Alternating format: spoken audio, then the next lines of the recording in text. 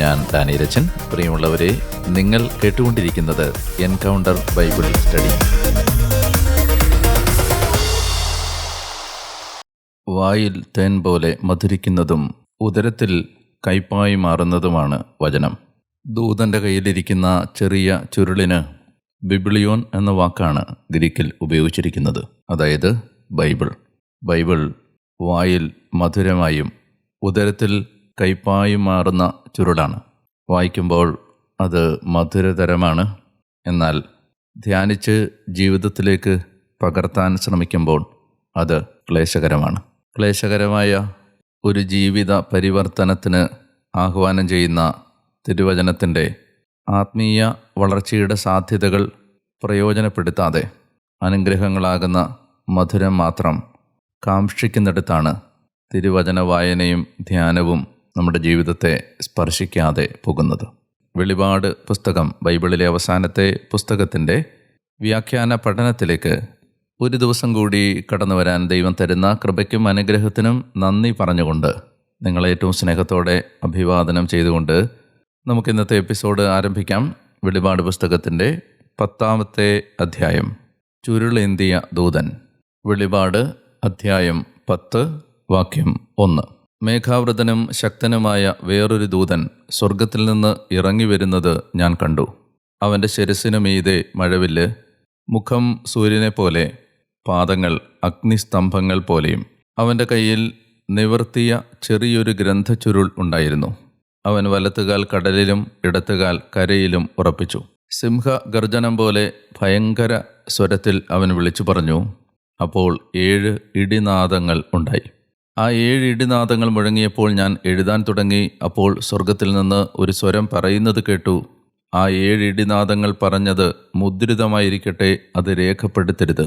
കടലിലും കരയിലും നിലയുറപ്പിച്ചവനായി ഞാൻ കണ്ട ദൂതൻ വലത്തുകൈ സ്വർഗത്തിലേക്ക് ഉയർത്തി. ആകാശവും അതിലുള്ളവയും ഭൂമിയും അതിലുള്ളവയും സമുദ്രവും അതിലുള്ളവയും സൃഷ്ടിച്ച നിത്യം ജീവിക്കുന്നവൻ്റെ നാമത്തിൽ ആണയിട്ടു, ഇനി കാലവിളംബം ഉണ്ടാവുകയില്ല. പ്രിയമുള്ളവരെ, 6-ാമത്തെ മുദ്ര പൊട്ടിച്ചതിന് ശേഷം, ചുരുളിൻ്റെ 7-ാമത്തെ മുദ്ര പൊട്ടിക്കുന്നതിന് മുൻപ്, നേരത്തെ വായിച്ച ഭാഗങ്ങളാണ്. കുഞ്ഞാട് 6-ാമത്തെ മുദ്ര പൊട്ടിച്ചതിന് ശേഷം 7-ാമത്തെ മുദ്ര പൊട്ടിക്കുന്നതിന് മുൻപ്, അതിനിടയിൽ 6-ാമത്തെയും 7-ാമത്തെയും മുദ്ര തുറക്കുന്നതിനിടയിൽ ഒരു ഇടവേള ഉണ്ടായതായി നമ്മൾ വായിച്ചിരുന്നു. അവിടെയാണ് ദൈവജനത്തിന് സംരക്ഷണ മുദ്ര പതിച്ചത്, ആ കാര്യങ്ങളൊക്കെ വിവരിച്ചത്. അങ്ങനെ 6-ാമത്തെ മുദ്രയ്ക്കും 7-ാമത്തെ മുദ്രയ്ക്കും ഇടയിൽ ഒരു ഇടവേള രംഗം ഉണ്ടായതുപോലെ ഇവിടെയും 6-ാമത്തെ കാഹളത്തിനും 7-ാമത്തെ കാഹളത്തിനും ഇടയിൽ 2 ദർശനങ്ങളടങ്ങുന്ന ഒരു ഇടവേള ഉണ്ടാകുന്നതായി, ഒരു ഇൻ്റർലൂഡ് ഉണ്ടാവുന്നതായി നമ്മൾ കാണുകയാണ്.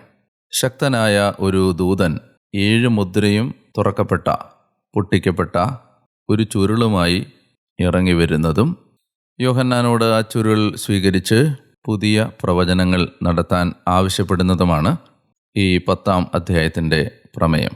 നമുക്ക് ഇറങ്ങി വരുന്ന ദൂതൻ്റെ വിവരണം ശ്രദ്ധിക്കാം. മേഘാവൃതനും ശക്തനുമായ വേറൊരു ദൂതൻ സ്വർഗത്തിൽ നിന്ന് ഇറങ്ങി വരുന്നത് ഞാൻ കണ്ടു. അവൻ്റെ ശിരസ്സിനു മീതെ മഴവില്ല്, മുഖം സൂര്യനെ പോലെ, പാദങ്ങൾ അഗ്നിസ്തംഭങ്ങൾ പോലെയും. ഈ ദൂതൻ്റെ വിവരണങ്ങൾ, മേഘാവൃതൻ, ശിരസ്സിനു മീതെ മഴവില്ല്, സൂര്യനെ പോലെ മുഖം, പാദങ്ങൾ അഗ്നിസ്തംഭങ്ങൾ പോലെ, ഈ വിവരണങ്ങൾ വെളിപാട് പുസ്തകത്തിൻ്റെ 1-ാം അധ്യായത്തിൽ യോഹന്നാൻ യേശുക്രിസ്തുവിനെ കാണുമ്പോൾ ക്രിസ്തുവിന് നൽകപ്പെട്ട വിവരണങ്ങളോട് സാമ്യമുണ്ട്. മേഘാവൃതൻ എന്നത് മേഘങ്ങളിൽ എഴുന്നള്ളി വരുന്ന, അല്ലെങ്കിൽ മേഘങ്ങൾ ദൈവസാന്നിധ്യവുമായി ബന്ധപ്പെട്ട് വിവരിക്കുന്ന, ദൈവവുമായി സമാനത തോന്നിപ്പിക്കുന്ന ഒരു ബിംബമാണ്. അതുകൊണ്ട് തന്നെ പല ആളുകളും ഈ ദൂതൻ യേശുക്രിസ്തു തന്നെയാണ് എന്ന അർത്ഥത്തിൽ വ്യാഖ്യാനിക്കാറുണ്ട്. നമുക്ക് 2 തരത്തിലാണ് ഇതിനെ കാണേണ്ടത്. ഒന്നാമത്തേത്, ബൈബിളിൽ പലയിടങ്ങളിലും ദൈവം വരുന്നത് വിവരിക്കുമ്പോൾ ദൂതൻ വരുന്നതായി വിവരിക്കുന്നുണ്ട്. ഉദാഹരണത്തിന്, അബ്രഹാം ദൈവത്തെ കാണുമ്പോൾ അതിഥികളായി അവരെ സ്വീകരിക്കുകയും അതുപോലെ തന്നെ സോദോം ഗൊമോറ നശിപ്പിക്കുന്നതുമായി ബന്ധപ്പെട്ട കാര്യങ്ങൾ വിവരിക്കുകയും ഒക്കെ ചെയ്യുന്ന ആ ഭാഗത്ത് ദൂതന്മാർ വരുന്നതും ദൈവം വരുന്നതും, അല്ലെങ്കിൽ ദൈവം വരുന്നതിനെ ദൂതന്മാർ വരുന്നതായി അവതരിപ്പിക്കുന്ന വിധത്തിലുള്ള വിവരണങ്ങൾ നമ്മൾ കണ്ടിട്ടുണ്ട്. അപ്പോൾ ദൈവം വരുന്നു, ദൈവസാന്നിധ്യം വരുന്നു എന്നതിന് പകരമായി ദൂതൻ വരുന്നു എന്ന് പറയുന്ന രീതിയിലുള്ള ഒരു രചനാ പ്രത്യേകത ബൈബിളിന് ഓൾറെഡി ഉള്ളതുകൊണ്ട് ഈ ദൂതൻ ഇറങ്ങി വരുന്നു എന്നത് യേശുക്രിസ്തു തന്നെ ഇറങ്ങി വരുന്നതാണ് എന്ന വിധത്തിൽ വ്യാഖ്യാനങ്ങളുണ്ട്. രണ്ടാമത്തെ രീതിയിൽ മനസ്സിലാക്കിയാൽ ഉത്ഥിതനായ ക്രിസ്തുവിനോട് സാമ്യമുള്ള ഈ ദൂതൻ വെളിപാട് 1:1 22:6 യോഹന്നാന് വെളിപ്പെടുത്തലുകൾ നൽകാനായി യേശുക്രിസ്തു അയക്കുന്ന ദൂതനായിട്ട് ഇതിനെ കാണുന്നവരും ഉണ്ട്. ഏതായാലും ഈ ദൂതന് ക്രിസ്തുവിനോട് സാമ്യം തോന്നുന്ന സമാനതകളും പ്രത്യേകതകളും അവതരിപ്പിക്കുക വഴി ഇത് യേശുക്രിസ്തു തന്നെ യോഹന്നാന് വെളിപ്പെടുത്തുന്ന രംഗങ്ങളാണ്. അത്രയും പ്രധാനപ്പെട്ടതാണ്. ശ്രേഷ്ഠന്മാർ പറയുന്നതല്ല, യോഹന്നാൻ കാണുന്നതല്ല, യേശുക്രിസ്തു തന്നെ യോഹന്നാനോട് നേരിട്ട് വെളിപ്പെടുത്തുന്നതാണ് എന്ന അർത്ഥത്തിൽ നമ്മളിതിനെ വായിക്കുന്നതായിരിക്കും ഉചിതം. ഇനി അവൻ്റെ കയ്യിൽ നിവർത്തിയ ചെറിയ ഒരു ഗ്രന്ഥച്ചുരുൾ ഉണ്ടായിരുന്നു. ചുരുളിൻ്റെ പ്രത്യേകത അത് നിവർത്തിയതാണ്. അതെന്തുകൊണ്ടാണെന്ന് നമുക്കറിയാം. നമ്മൾ നേരത്തെ കണ്ടതാണ്. ചുരുൾ നിവർത്താനോ അതിലെഴുതിയിരിക്കുന്നത് വായിക്കാനോ കഴിയാത്ത ഒരു രംഗം, ചുരുൾ നിവർത്താൻ കഴിയുന്ന ആരെയും കാണാത്ത ഒരു രംഗം യോഹന്നാൻ കാണുമ്പോൾ യോഹന്നാൻ കരയുന്നതും, ചുരുൾ നിവർത്താൻ മുദ്ര പൊട്ടിക്കാനും യോഗ്യനായ ഒരുവനുണ്ട് എന്ന് പറഞ്ഞ് ശ്രേഷ്ഠന്മാരിൽ ഒരുവൻ കുഞ്ഞാടിനെ കാണിച്ചു കൊടുക്കുന്നതുമൊക്കെ നമ്മൾ കണ്ടതാണ്. അങ്ങനെ കുഞ്ഞാട് 7 മുദ്രകൾ തുറന്ന 7 മുദ്രകൾ പൊട്ടിച്ച ഗ്രന്ഥച്ചുരുളാണത്. അതുകൊണ്ടാണത് നിവർത്തിയ ചുരുൾ എന്ന് പറയുന്നത്. ഇനി ഈ ദൂതൻ അവൻ്റെ വലത്തുകാൽ കടലിലും ഇടത്തുകാൽ കരയിലും ഉറപ്പിച്ചിരിക്കുകയാണ്. 2 അർത്ഥങ്ങളാണ് നമ്മൾ കാണേണ്ടത്. ഒന്നാമത്തേത്, ഈ ചുരുളിൽ വിവരിക്കുന്ന കാര്യങ്ങൾ കരയിലും കടലിലും വ്യാപകമായി ബാധകമായ കാര്യങ്ങളാണ്. കരയും കടലും സൂചിപ്പിക്കുന്നത് ആകമാന ഭൂമിയാണ്, ഭൂമി മുഴുവനെയുമാണ്.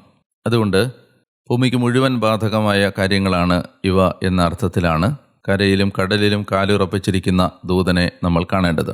അതുകൂടാതെ ബൈബിൾ പ്രതീകങ്ങളിൽ കര ദൈവജനത്തെയും കടൽ വിജാതീയരെയും സൂചിപ്പിച്ചിരുന്നതാണ്. അതുകൊണ്ട് ഇത് തിരഞ്ഞെടുക്കപ്പെട്ടവർക്കും വിജാതീയർക്കും ഒരുപോലെ ബാധകമായ കാര്യങ്ങളാണ് എന്ന അർത്ഥത്തിലും വായിക്കാവുന്നതാണ്.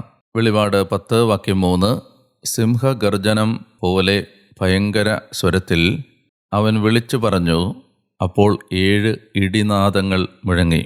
ഇടിനാദങ്ങൾ എപ്പോഴും ദൈവം നേരിട്ട് സംസാരിക്കുന്നു എന്നതിൻ്റെ ബിംബമാണ്. ഉദാഹരണത്തിന് സങ്കീർത്തനം 29 കർത്താവിൻ്റെ സ്വരത്തെക്കുറിച്ച് വിവരിക്കുമ്പോൾ അവിടെ ഇടിനാദങ്ങൾ മുഴങ്ങുന്നതായി വിവരണമുണ്ട്. 7 ഇടിനാദങ്ങൾ മുഴങ്ങുന്നതിൻ്റെ വിവരണമുണ്ട്. ആ 7 ഇടിനാദങ്ങൾ മുഴങ്ങിയപ്പോൾ ഞാൻ എഴുതാൻ തുടങ്ങി. അപ്പോൾ ഈ ഇടിനാദങ്ങൾ എന്തോ വെളിപ്പെടുത്തലുകളാണ്. യോഹന്നാൻ അത് എഴുതാൻ തുടങ്ങുകയാണ്. അപ്പോൾ സ്വർഗത്തിൽ നിന്ന് ഒരു സ്വരം പറയുന്നത് കേട്ടു, ആ 7 ഇടിനാദങ്ങൾ പറഞ്ഞത് മുദ്രിതമായിരിക്കട്ടെ, അത് രേഖപ്പെടുത്തരുത്. ദൈവം എല്ലാ കാര്യങ്ങളും നമുക്ക് തിരുവചനത്തിൽ വെളിപ്പെടുത്തി തന്നിട്ടില്ല. ദൈവത്തിൻ്റെ മനസ്സിലുള്ളതെല്ലാം ദൈവം വെളിപ്പെടുത്തിയിട്ടില്ല. ഉദാഹരണത്തിന് 2 കോരിന്തോസ് 12:4 പൗലോസപ്പോസ്തലൻ പറയുന്നുണ്ട്, അവാച്യവും മനുഷ്യന് വിവരിച്ചു കൂടാത്തതുമായ കാര്യങ്ങൾ അവൻ കേട്ടു. പൗലോസ് സ്വർഗദർശനം കാണുമ്പോൾ അദ്ദേഹം പറയുകയാണ്, മനുഷ്യന് വിവരിച്ചു കൂടാത്തതുമായ കാര്യങ്ങൾ എന്ന് പറഞ്ഞാൽ എല്ലാ കാര്യങ്ങളും ദൈവം വെളിപ്പെടുത്തിയിട്ടില്ല. മനുഷ്യൻ്റെ ജീവിതത്തിന് ആവശ്യമെന്ന് ദൈവം കരുതിയ കാര്യങ്ങളാണ് വെളിപ്പെടുത്തിയിട്ടുള്ളത്. വെളിപ്പെടുത്താത്ത കാര്യങ്ങൾ ഒരുപാട് ഉണ്ട് എന്നാണ് ഈ വാക്യത്തിൽ നിന്ന് നമ്മൾ മനസ്സിലാക്കേണ്ടത്. നിയമാവർത്തനം അധ്യായം 29 വാക്യം 29 വായിക്കണം. നിയമാവർത്തനം 29:29 രഹസ്യങ്ങൾ നമ്മുടെ ദൈവമായ കർത്താവിൻ്റേത് മാത്രമാകുന്നു, എന്നാൽ വെളിപ്പെടുത്തപ്പെട്ടവ എന്നെന്നും നമുക്കും നമ്മുടെ സന്തതികൾക്കും വേണ്ടിയുള്ളവയാണ്. ഈ അനുശാസനങ്ങൾ നാം പാലിക്കേണ്ടതാണ്. എല്ലാം വെളിപ്പെടുത്തിയിട്ടില്ല, വെളിപ്പെടുത്തപ്പെട്ടവ നമുക്ക് ആവശ്യമായ കാര്യങ്ങളാണ്. അവ നമ്മൾ പാലിക്കേണ്ടതാണ്. ദൂതൻ ഇനി ആണയിടുന്നതായി നമ്മൾ കാണുകയാണ്. വെളിപാട് അധ്യായം 10 വാക്യം 5 കടലിലും കരയിലും നിലയുറപ്പിച്ചവനായി ഞാൻ കണ്ട ദൂതൻ വലതുകൈ സ്വർഗത്തിലേക്ക് ഉയർത്തി. ആകാശവും അതിലുള്ളവയും ഭൂമിയും അതിലുള്ളവയും സമുദ്രവും അതിലുള്ളവയും സൃഷ്ടിച്ച നിത്യം ജീവിക്കുന്നവൻ്റെ നാമത്തിൽ ആണയിട്ടു, ഇനി കാലവിളംബം ഉണ്ടാവുകയില്ല. ഇവിടെ ദൂതൻ നിത്യനായ ദൈവത്തെ പ്രതി ആണയിടുന്ന ഈ രംഗം ദാനിയേൽ പ്രവചനത്തിലെ 12-ാം അധ്യായത്തിലെ സമാനമായ ഒരു ദർശനത്തെ ഓർമ്മിപ്പിക്കുന്നുണ്ട്. ദാനിയേലിൻ്റെ പുസ്തകം 12-ാം അധ്യായം ചില വാക്യങ്ങൾ ഞാൻ വായിക്കുകയാണ്. ദാനിയേൽ 12:1. അക്കാലത്ത് നിന്റെ ജനത്തിൻ്റെ ചുമതല വഹിക്കുന്ന മഹാപ്രഭുവായ മിഖായേൽ എഴുന്നേൽക്കും. ജനത രൂപം പ്രാപിച്ചതു മുതൽ ഇന്നേ വരെ സംഭവിച്ചിട്ടില്ലാത്ത കഷ്ടതകൾ അന്നുണ്ടാകും. എന്നാൽ ഗ്രന്ഥത്തിൽ പേരുള്ള നിന്റെ ജനം മുഴുവൻ രക്ഷപ്പെടും. ഭൂമിയിലെ പൊടിയിൽ ഉറങ്ങുന്ന അനേകർ ഉണരും, ചിലർ നിത്യജീവനായും ചിലർ ലജ്ജയ്ക്കും നിത്യനിന്ദയ്ക്കുമായും. ജ്ഞാനികൾ ആകാശവിധാനത്തിൻ്റെ പ്രഭ പോലെ തിളങ്ങും. അനേകരെ നീതിയിലേക്ക് നയിക്കുന്നവൻ നക്ഷത്രങ്ങളെപ്പോലെ എന്നുമെന്നും പ്രകാശിക്കും. ദാനിയേലെ, അവസാന ദിവസം വരെ വചനം രഹസ്യമായി സൂക്ഷിച്ച് ഗ്രന്ഥത്തിന് മുദ്രവയ്ക്കുക. അനേകർ അങ്ങുമിങ്ങും ഓടി നടക്കുകയും അറിവ് വർദ്ധിക്കുകയും ചെയ്യും. ദാനിയേലായ ഞാൻ നോക്കി, ഇതാ മറ്റ് 2 പേർ, ഒരുവൻ അരുവിയുടെ ഇക്കരയും അപരൻ അക്കരയും നിൽക്കുന്നു. അരുവിയുടെ മുകൾ ഭാഗത്ത് നിന്ന ചണവസ്ത്രധാരിയോട് അവരിൽ ഒരുവൻ ചോദിച്ചു, ഈ അത്ഭുതങ്ങൾ അവസാനിക്കാൻ എത്ര കാലം വേണം? അരുവിയുടെ മുകൾ ഭാഗത്ത് നിന്നിരുന്ന ചണവസ്ത്രധാരി വലത്തുകൈയും ഇടത്തുകൈയും ആകാശത്തിന് നേരെ ഉയർത്തി. ഇതാണ് വെളിപാട് പുസ്തകവുമായി സമാനതയുള്ള ഭാഗം. വലത്തുകൈയും ഇടത്തുകൈയും ആകാശത്തിന് നേരെ ഉയർത്തി എന്നേക്കും ജീവിക്കുന്നവൻ്റെ നാമത്തിൽ ആണയിടുന്നത് ഞാൻ കേട്ടു. അത് സമയവും സമയങ്ങളും സമയത്തിൻ്റെ പകുതിയും വരെ ആയിരിക്കും. വിശുദ്ധ ജനത്തിൻ്റെ ശക്തി തകർക്കാൻ കഴിയുമ്പോൾ ഇവ നിവൃത്തിയാകും. ഞാൻ കേട്ടെങ്കിലും എനിക്ക് മനസ്സിലായില്ല. അതുകൊണ്ട് ഞാൻ ചോദിച്ചു, പ്രഭു, ഇതിൻ്റെ എല്ലാം പൊരുളെന്താണ്? അവൻ പറഞ്ഞു, ദാനിയേലേ, നീ നിൻ്റെ വഴിക്ക് പോവുക. ഈ വചനം അവസാന ദിവസം വരേക്കും അടച്ച് മുദ്ര വെച്ചതാണ്. വളരെ ശ്രദ്ധയോടെ വായിച്ച് മനസ്സിലാക്കേണ്ട ഭാഗമാണ്. ഒരിക്കൽ കൂടി നിങ്ങളുടെ വ്യക്തിപരമായ വായനയിൽ ഈ ഭാഗം വായിക്കണം. അതായത് ഈ 12-ാം അധ്യായത്തിൻ്റെ ഞാൻ വായിച്ച വാക്യങ്ങൾ, പ്രത്യേകിച്ച് അതിൻ്റെ 6, 7, 8 മനസ്സിലാവാതെ നമുക്ക് ഈ വെളിപാട് 10 മനസ്സിലാക്കാൻ പ്രയാസമാണ്. നമ്മൾ ഈ വായിച്ച ഭാഗത്ത് ദൂതൻ ദാനിയേലിനോട് പറയുകയാണ്, ദൈവജനത്തിനുണ്ടാകാൻ പോകുന്ന മഹാഞെരുക്കത്തിൻ്റെ കാലാവധി, അതിൻ്റെ ഡ്യൂറേഷൻ, സമയവും സമയങ്ങളും സമയത്തിൻ്റെ പകുതിയുമാണ്. സമയം 1 വർഷം, സമയങ്ങൾ 2 വർഷം, 2 + 1 3, പിന്നെ സമയത്തിൻ്റെ പകുതി അര വർഷം, അങ്ങനെ 3.5 വർഷം എന്നാണ് അതിനെ കണക്കാക്കുന്നത്. അപ്പോൾ ഈ മഹാഞെരുക്കത്തിൻ്റെ സമയം 3.5 വർഷമാണ്. ദാനിയേൽ ഇവിടെ പ്രവചിക്കുന്നത് അന്തിയോക്കസ് എപ്പിഫാനസിൻ്റെ കാലത്ത്, മക്കബായ വിപ്ലവകാലത്ത് ഉണ്ടായ 3.5 വർഷത്തെ ഞെരുക്കത്തിൻ്റെ പീഡനത്തിൻ്റെ കാലത്തെക്കുറിച്ചുള്ള പ്രവചനമാണിത്. എന്നാൽ ഈ പ്രവചനം യുഗാന്ത്യത്തെ സംബന്ധിക്കുന്ന, അല്ലെങ്കിൽ അന്തിയോക്കസ് എപ്പിഫാനസ് ആരുടെ നിഴലായി ബൈബിൾ അവതരിപ്പിക്കുന്നോ ആ എതിർ ക്രിസ്തുവിൻ്റെ ഭരണകാലത്ത് ദൈവജനം കടന്നു പോകേണ്ട ഞെരുക്കങ്ങളുടെ ഒരു മുൻസൂചന കൂടിയാണ്, അതിൻ്റെ ഒരു മാതൃക കൂടിയാണ്. സമയവും സമയങ്ങളും സമയത്തിൻ്റെ പകുതിയും 3.5 വർഷം. അപ്പോൾ ദാനിയേൽ ചോദിക്കുകയാണ്, എന്താണ് അതിൻ്റെ പൊരുൾ? ഈ ചോദ്യത്തിന് ദൂതൻ്റെ ഉത്തരം, ഈ പൊരുൾ, ഈ കണ്ട കാര്യങ്ങളുടെ പൊരുൾ അവസാന ദിവസം വരെ അടച്ചു മുദ്ര വെച്ചതാണ്. നീ നിൻ്റെ വഴിക്ക് പോവുക. ഇപ്പോൾ നമ്മൾ വെളിപാട് പുസ്തകത്തിൽ യോഹന്നാൻ കാണുന്ന ദർശനത്തിൽ ഈ മുദ്ര വച്ചിരുന്ന ചുരുളിൻ്റെ മുദ്രകൾ തുറക്കപ്പെട്ടിരുന്നതായും, അതുപോലെ തന്നെ ദൂതൻ ഇനി കാലവിളംബം ഉണ്ടാവുകയില്ല എന്ന് പറയുന്നതായും നമ്മൾ കേൾക്കുമ്പോൾ, നമ്മൾ അതിൽ നിന്ന് ദാനിയേൽ 12-ന്റെ പശ്ചാത്തലത്തിൽ മനസ്സിലാക്കേണ്ടത്, ദാനിയേൽ കണ്ട, മുദ്രവെക്കപ്പെട്ടതായി കണ്ട ആ രഹസ്യത്തിൻ്റെ ചുരുളഴിഞ്ഞിട്ടുണ്ട്. ഇതാ അതിൻ്റെ പൂർത്തീകരണം ഇവിടെ സംഭവിക്കാൻ പോവുകയാണ്. ദൂതൻ ഇനി 7ാമത്തെ കാഹളം മുഴക്കുമ്പോൾ പഴയ നിയമത്തിലെ എല്ലാ പ്രവാചകന്മാരും, ദാനിയേൽ ഉൾപ്പെടെ എല്ലാ പ്രവാചകന്മാരും ഏത് വലിയ ഞെരുക്കമാണോ പ്രവചിച്ചത് അത് സംഭവിക്കാൻ പോവുകയാണ്. അതിന് കാലവിളംബമുണ്ടാവുകയില്ല. പഴയ നിയമത്തിലെയും പുതിയ നിയമത്തിലെയും പ്രവാചകന്മാരിലൂടെ ദൈവം സംസാരിച്ച എല്ലാ പ്രവചനങ്ങളും പൂർത്തിയാകാൻ പോവുകയാണ്. തിരഞ്ഞെടുക്കപ്പെട്ടവർ ഈ മഹാപീഡനത്തിന് ശേഷം രാജ്യം അവകാശമാക്കും. ദൈവജനത്തെ ഞെരുക്കുന്നവർ വിധിക്കപ്പെടുകയും ചെയ്യും. വെളിപാട് പുസ്തകത്തിൻ്റെ 10-ാം അധ്യായത്തിൻ്റെ 6-ാമത്തെ വാക്യം ഒരിക്കൽ കൂടി വായിക്കുന്നു. ആകാശവും അതിലുള്ളവയും ഭൂമിയും അതിലുള്ളവയും സമുദ്രവും അതിലുള്ളവയും സൃഷ്ടിച്ച നിത്യം ജീവിക്കുന്നവൻ്റെ നാമത്തിൽ ആണയിട്ടു, ഇനി കാലവിളംബം ഉണ്ടാവുകയില്ല. 7-ാമത്തെ ദൂതൻ മുഴക്കാനിരിക്കുന്ന കാഹളധ്വനിയുടെ ദിവസങ്ങളിൽ തൻ്റെ ദാസരായ പ്രവാചകന്മാരെ ദൈവം അറിയിച്ച രഹസ്യം നിവൃത്തിയാകും. വാക്യം 8. സ്വർഗത്തിൽ നിന്ന് ഞാൻ കേട്ട സ്വരം വീണ്ടും എന്നോട് പറഞ്ഞു, നീ പോയി കടലിലും കരയിലും നിലയുറപ്പിച്ചിരിക്കുന്ന ദൂതൻ്റെ കയ്യിൽ നിന്ന് ആ നിവർത്തിയ ചുരുൾ വാങ്ങുക. ഞാൻ ദൂതൻ്റെ അടുത്ത് ചെന്ന് ആ ചെറിയ ചുരുൾ ചോദിച്ചു. അവൻ പറഞ്ഞു, ഇതെടുത്ത് വിഴുങ്ങുക, നിന്റെ ഉദരത്തിൽ ഇത് കയ്പായിരിക്കും, എന്നാൽ വായിൽ തേൻ പോലെ മധുരിക്കും. ഞാൻ ദൂതൻ്റെ കയ്യിൽ നിന്ന് ചുരുൾ വാങ്ങി വിഴുങ്ങി, അതെൻ്റെ വായിൽ തേൻ പോലെ മധുരിച്ചു. എന്നാൽ വിഴുങ്ങിയപ്പോൾ ഉദരത്തിൽ അത് കയ്പായി മാറി. വീണ്ടും ഞാൻ കേട്ടു, നീ ഇനിയും അനേകം ജനതകളെയും രാജ്യങ്ങളെയും ഭാഷകളെയും രാജാക്കന്മാരെയും കുറിച്ച് പ്രവചിക്കണം. ദൂതൻ്റെ കയ്യിൽ നിന്ന് യോഹന്നാൻ ഈ ചെറിയ ചുരുൾ വാങ്ങുകയാണ്. ബിബ്ലിയോൻ എന്ന വാക്കാണ് ഗ്രീക്കിൽ ഉപയോഗിച്ചിരിക്കുന്നത്. ബൈബിൾ എന്നത് അതിൽ നിന്നുണ്ടായതാണ്, ബിബ്ലിയോൻ. അപ്പോൾ ഈ ചുരുൾ സൂചിപ്പിക്കുന്നത് പുതിയ ഉടമ്പടിയാണ്, പുതിയ നിയമമാണ്, സുവിശേഷമാണ്. അല്ലെങ്കിൽ പുതിയ നിയമകാലത്ത് ദൈവം നമുക്ക് അറിയിച്ചു തന്ന ദൈവത്തിൻ്റെ വെളിപ്പെടുത്തലുകളാണ്. ഇത് തിരുവചനത്തെയാണ് സൂചിപ്പിക്കുന്നതെങ്കിൽ രാജ്യങ്ങളെയും ഭാഷകളെയും രാജാക്കന്മാരെയും കുറിച്ചുള്ള, അനേകം ജനതകളെക്കുറിച്ചുള്ള, അവർക്ക് സംഭവിക്കാൻ പോകുന്ന, ഈ ഭൂമിക്ക് സംഭവിക്കാൻ പോകുന്ന കാര്യങ്ങളെക്കുറിച്ചുള്ള പ്രവചനങ്ങളാണ് അവയെന്ന് നമ്മൾ മനസ്സിലാക്കണം. തിരുവചനത്തെ നമ്മൾ എങ്ങനെ സമീപിക്കണമെന്നതിൻ്റെ മനോഹരമായ ഒരു മാതൃകാ രൂപം കൂടി ഇവിടെ നൽകപ്പെടുന്നുണ്ട്. അത് വായിൽ മധുരിക്കുന്നതാണ്. പക്ഷെ അത് നമ്മുടെ ഉദരത്തിൻ്റെ ഭാഗമാകുമ്പോൾ അത് കയ്പാവുകയാണ്. തിരുവചനം വായനയ്ക്ക് മധുരമുള്ളതാണ്. എന്നാൽ അത് നമ്മുടെ ഉള്ളിലേക്ക് ദഹിച്ച് കയറുമ്പോൾ, ധ്യാനിച്ചു കഴിയുമ്പോൾ, അത് ജീവിതത്തിലേക്ക് പകർത്തി കഴിയുമ്പോൾ, അല്ലെങ്കിൽ പകർത്താൻ ഒരുങ്ങുമ്പോൾ, ജീവിക്കാൻ തുടങ്ങുമ്പോൾ അത് തീർച്ചയായും കയ്പാണ്, വേദനാജനകമാണ്. എന്ന് പറഞ്ഞാൽ ഒരാൾക്ക് തൻ്റെ ജീവിതത്തെ നിസ്വാർത്ഥമായൊരു സമർപ്പണത്തിൻ്റെ തലത്തിലേക്ക്, തികച്ചും വേദനാജനകമായ ഒരു സമർപ്പണത്തിൻ്റെയും ബലിയുടെയും തലത്തിലേക്ക് ഉയർത്താൻ മനസ്സില്ലാതെ തൻ്റെ ജീവിതത്തിൽ ദൈവവചനം പകർത്താനോ ജീവിക്കാനോ കഴിയില്ല.